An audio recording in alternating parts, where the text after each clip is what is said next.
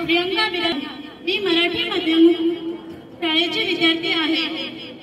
अध्यक्ष महाशय व पूज्य गुरुजन व माझ्या बालमित्रांनो, आज मी तुम्हाला स्वातंत्र्य दिनानिमित्त राष्ट्रध्वजाविषयी शब्द सांगणार आहे। ते तुम्ही शांतपणे ऐकून घ्यावे ही माझी नम्र विनंती।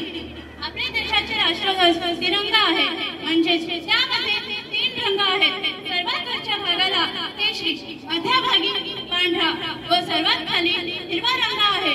मध्यभागी पांढऱ्या रंगामध्ये निळ्या रंगाचा अशोक चक्र आहे, त्यात 24 तारे आहेत। केशरी रंग त्यागाचे प्रतीक आहे, पांढरा रंग शांततेचे प्रतीक आहे, हिरवा रंग समृद्धीचे प्रतीक आहे। ध्वज फडकतात आपण सर्वजण ध्वजाला सलामी देऊन मान टाकतो। उत्सव 3 रंगांचा आभारी आज सजला। नतमस्तक मी त्या सर्वांचा ज्यांनी भारत देश घडवला।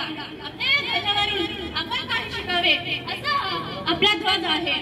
केशरामधून आपण त्याग शिकताना प्रत्येक वाईट गोष्टींचा त्याग करावा, तसेच चांगल्या गोष्टींसाठी देशासाठी आपल्याला जे जे त्याग करावे लागेल त्यासाठी संपूर्ण तयारी असावी।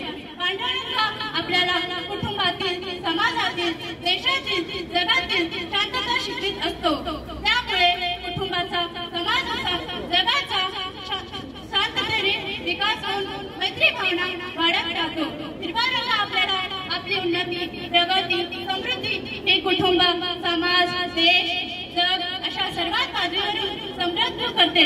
त्यातून प्रत्येकाचा विकास होऊन सौख्य, आनंद, सामर्थ्य, धैर्य या भावनांचा विकास होत राहतो। मित्रांनो, असा हा आपला ध्वज कायम प्रत्येकाच्या मनात या रंगांच्या रूपात सदैव फडकत राहो, हेच आपले स्वातंत्र्याचे खरे प्रतीक आहे। या 3 रंगांतून नेहमी पराक्रम घडावा यासाठी एवढेच म्हणेन। 3 रंगांचा आमचा तिरंगा, 3 रंगांचा आमचा तिरंगा, केशरी, पांढरा आणि हिरवा नवी फडकत गातो नित्य पराक्रमांची गाथा, नित्य पराक्रमांची गाथा। अशी पराक्रमांची गाथा आपल्या देशात नेहमीच घडावी यासाठी सर्वांनी प्रयत्न करत राहावे। त्यातून तयार होईल माझा सुंदर देश। सुंदर सुंदर माझा देश, सुंदर सुंदर माझा देश, सर्वात वेगळा माझा देश, सर्वात वेगळा माझा देश। जग त्याच्यावर गर्व करेल असा अनोखा माझा देश, जग त्याच्यावर गर्व करेल असा अनोखा माझा देश। माझा देश, माझा देश, माझा देश, माझा देश।